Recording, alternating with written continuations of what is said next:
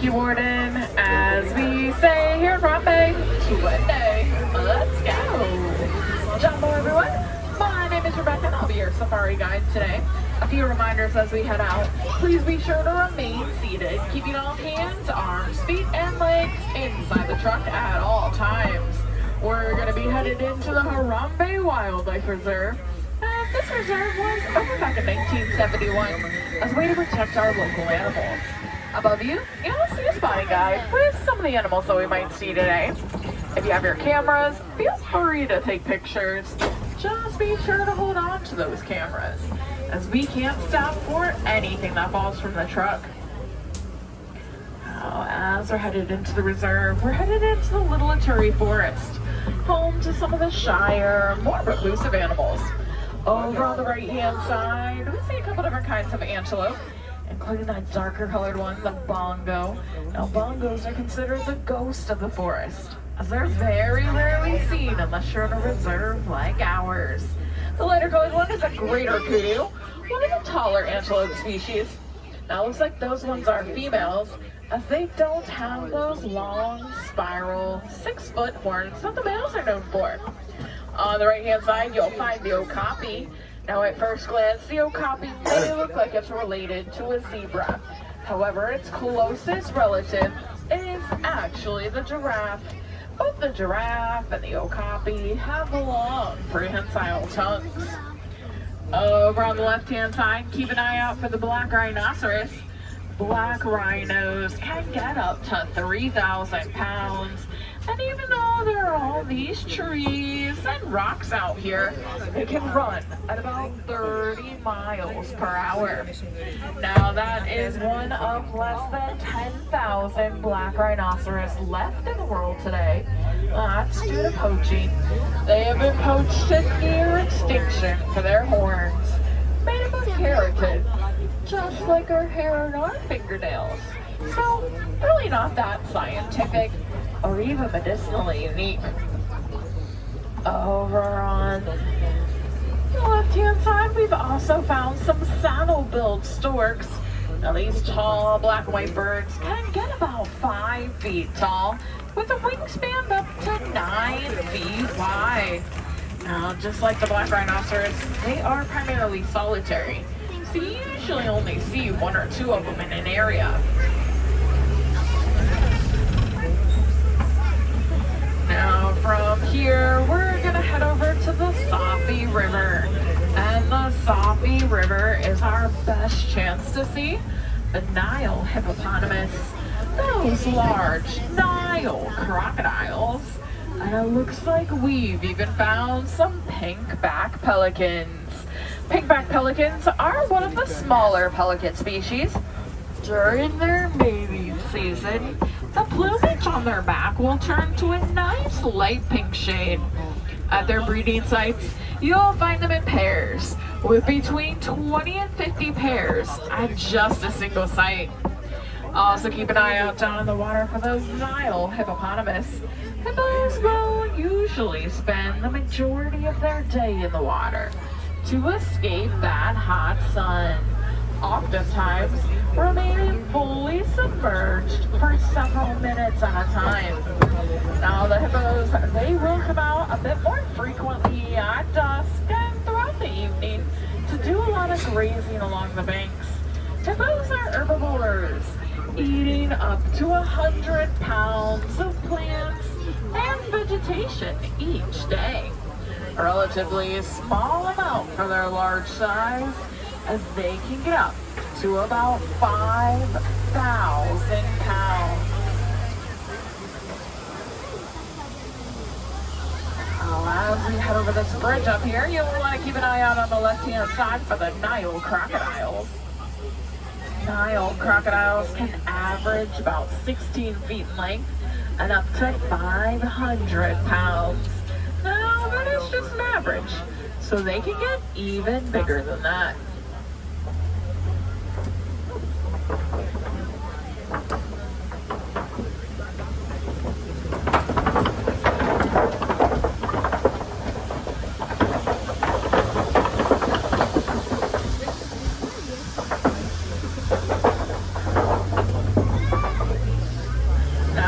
crocodiles have super powerful jaws, making them an apex predator.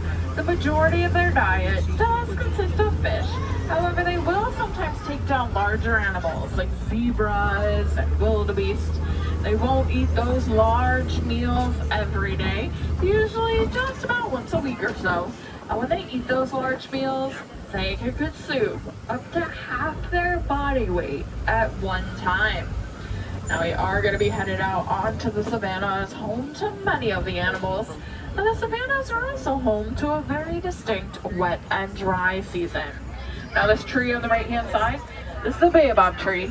It is great for that dry season, as it'll use that extra wide trunk to store large amounts of water. It can also remain leafless for about 9 months out of the year, just to conserve water. Now, a lot of the animals out on the savanna, they'll actually migrate along with those wet seasons, as that's where they're best able to find their food. As we head out onto the savannas, we can already start to see some of those animals off in the distance. I see those tall Maasai giraffes, as well as the Hartman's mountain zebras, and some different kinds of antelope. Now, those zebras that we see, those are Hartman's mountain zebras. If you look at their neck, you'll notice that they have an extra little flap of skin called a dewlap. Now, they're the only zebra species to have that dewlap, although it is found on some other hoofstock. And that will help them to stay a little bit cooler during some of the hotter summer days. Over on the left-hand side, keep an eye out for the African painted dogs. Now the painted dogs may look a bit like your domesticated dog, however they are different. They actually only have 4 toes, and they get their name from their unique coat coloration. Now the painted dogs will typically live in packs, usually with about 5 to 20 pack members, where they are led by an alpha male as well as an alpha female. Now, while those painted dogs are just resting right now, they are considered one of the best and most successful hunters across all of Africa. Over on the left-hand side, a little further back, you'll find the sable antelope. Now, if you look at the horns on the sable antelope, you'll notice that they're curved back in a way to really help deter an animal like a lion from jumping up on their back. They use those horns for sparring, showing dominance, and mostly for defense. On the right-hand side, we found a younger giraffe. And when a baby giraffe is born, they're approximately 6 feet tall. And they can stand up and walk and even join their herd within about an hour or so of birth. Now, that little one looked to be just a bit over a year old, definitely over 6 feet tall, but still has some more growing to do to get to the 18 to 20 foot range for a Maasai giraffe. Outside the truck, we are passing by some large structures. These are termite mounds, beneficial to more animals than just the termites. Larger animals like elephants will use them as scratching posts, since they are nearly as strong as concrete, being made out of soil, saliva, and even dung. Now, sometimes the smaller animals, they'll actually hop on top and use them as lookout posts. Now, one animal that definitely does not need a lookout post are those Maasai giraffes. Because along with getting about 18 to 20 feet tall, the Maasai giraffes do have excellent eyesight. So they're able to keep a really good lookout over the savannas, even spotting animals that may be coming up in those tall grasses. Across the savanna on the right-hand side, looks like we found some little springbok. Springbok are considered in the top 10 fastest land animals, as they're able to speed across the savannas at up to 55 miles per hour. They can also spring up into the air about 6 feet, and if they happen to spring while they're running, leap about 13 feet across. As those giraffes grab a bite to eat, be sure to keep an eye out for their long prehensile tongues. Now, what prehensile means is they can use their tongues, kind of like we use our fingers, to grab on to different items, like the leaves and the branches. I probably noticed all of those giraffes. They have a slightly different coat pattern, just like our fingerprints, most zebra stripes. No two coat patterns are exactly alike. As we head through this next area, keep an eye out on the right-hand side for the African elephants. And sometimes we'll spot monkeys over on the left-hand side.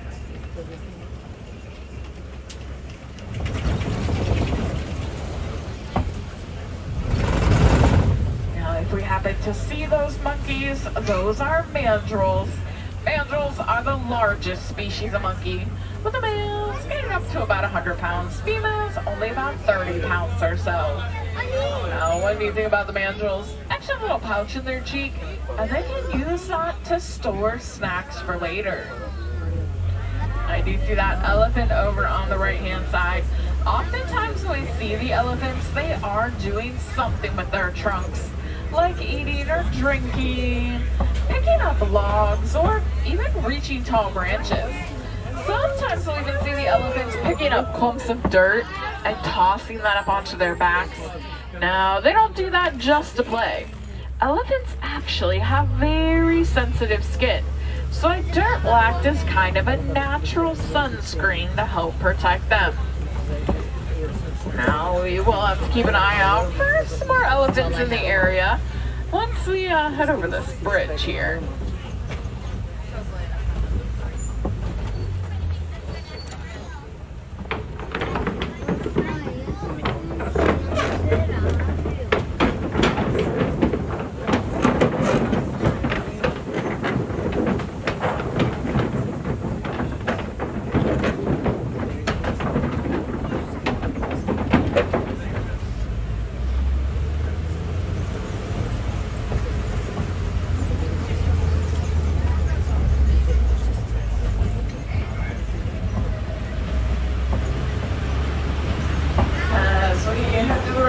Here, I do see signs of more elephant activity.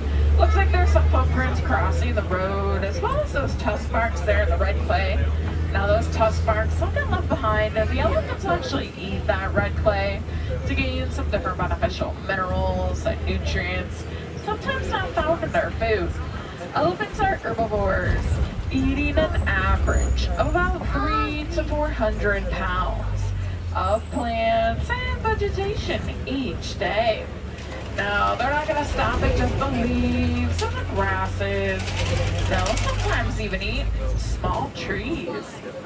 Oftentimes when we see a group of elephants, there's a matriarch or an older female who's in charge, and then any of the other mothers and their offspring. Now, it looks like there is a mom and baby elephant out there. That little one looks to be just a bit over 2 years old. Now, she'll stay pretty close to mom, and mom and the other females in the herd, they'll make sure she stays nice and protected. When male elephants become teenagers, they'll oftentimes leave the group, either going off on their own or forming or joining a bachelor group. Both male and female African elephants do have those long ivory tusks, and unfortunately that does make them both a target for those poachers. Elephants have also been losing a lot of their habitat just due to human activity. Things like us expanding our areas to farming and even mining. All right, now we are headed past one of the elephants' watering holes. They'll come down here to grab a drink or even go for a swim. Elephants are excellent swimmers, and they really do enjoy the water. Over on the left-hand side, looks like we found some greater flamingos. Greater flamingos are the largest species of flamingo, and they get that pink coloration from the different foods that they eat. Now, they are filter feeders, so you'll see them with their heads below water, kind of stomping their feet. That helps to loosen their food. And then their beaks are formed in a way that will filter out all of the sand and water, leaving just their food behind.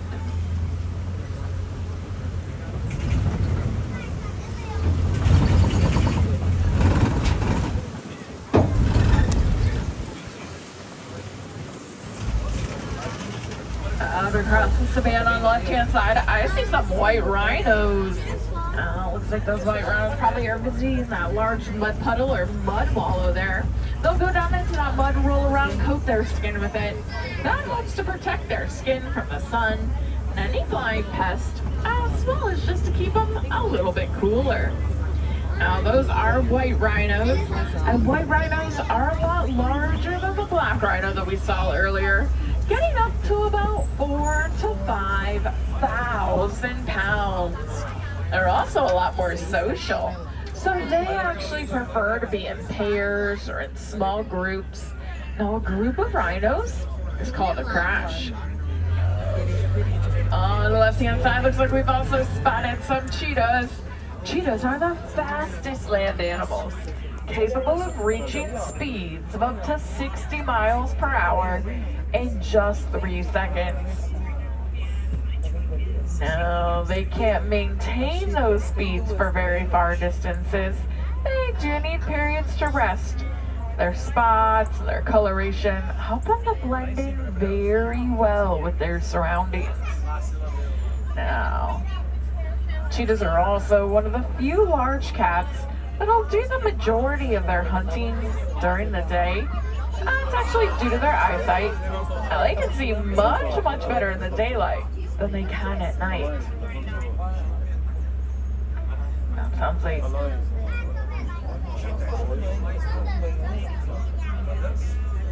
That sounds like we have a few animals in and out of the roadway up ahead. I'll move through here slowly. Wants to keep an eye out for some more cheetahs in the area as well.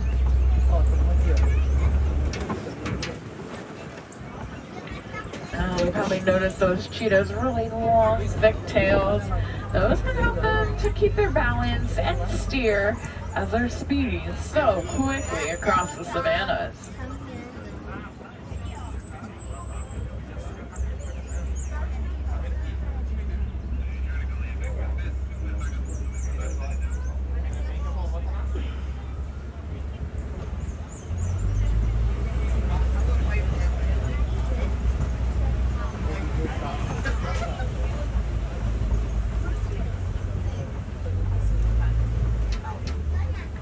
Now the large rocks in front of us, these are the Kobe rocks. Now these rocks are great. They allow the animals to get up nice and high, get a really good look out over the savannas. They can keep an eye on their herd or spot any predators that might be coming up. Now this is also where we'll sometimes see another one of the big cats, the African lions. Now oftentimes when we see the lions, they are taking a nap. They will usually sleep for about 16 to 20 hours each day. The lions do tend to be a little bit more active in the evening and throughout the night, especially when their eyesight is best. During the day, the lions, they can see about as well as we can. But at night, their vision is about 5 to 6 times better than our own. Now, lions are one of the few large cats that'll do the majority of their hunting as a group. Those female lionesses, they'll go out, they'll take down food for the entire pride. Meanwhile, the male lion, he's in charge of guarding their territory and protecting and defending the pride. Yep.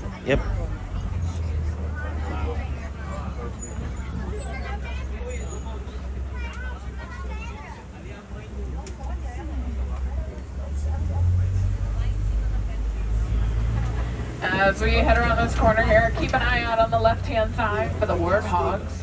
Warthogs are one of the largest burrowing animals, using their razor-sharp tusks either for digging their own burrows or expanding the burrows of other animals. On the right-hand side, looks like we found another white rhino. Now, looking at that white rhino, you probably noticed they're not white.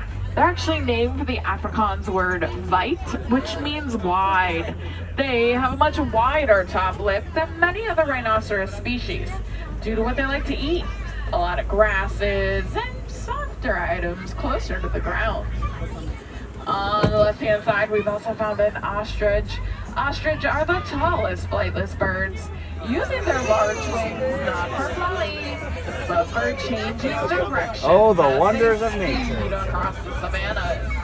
And they can run pretty quickly, at about 35 to 40 miles per hour.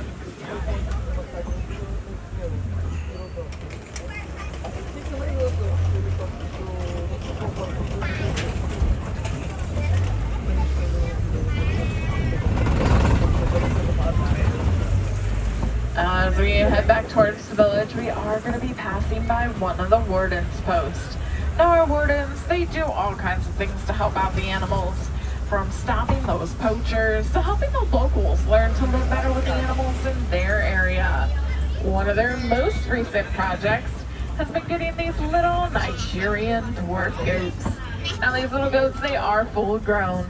They've been domesticated worldwide for their dairy usage, producing a couple pints of milk a day and giving the villagers something to drink as well as something to sell.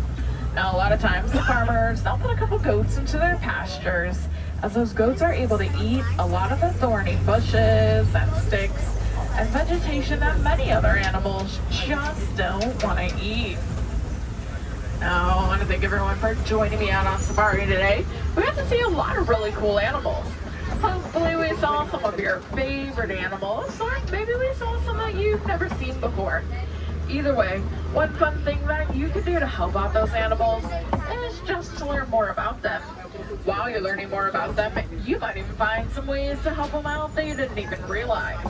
Did you know that by recycling your cell phones and electronics, you can actually help out the elephants, as they live in an area where they're losing a lot of their habitat due to mining for a metallic ore called coltan? The more we recycle those items, the less mining that they have to do, and the more habitat that the elephants, the mandrills, okapi, and so many other animals get to keep. Now, while you're here in Harambe today, I definitely recommend you check out Gorilla Falls. There you'll be able to see many more of our amazing African animals. It's a walking trail, so you can actually stop and watch those animals for as long as you'd like. Now, here in Harambe, we don't like to say goodbye, but instead, kwaherini, which means to go well. So kwaherini to everyone. Now, if we have any wilderness explorers on board today, you have been riding Simba 1.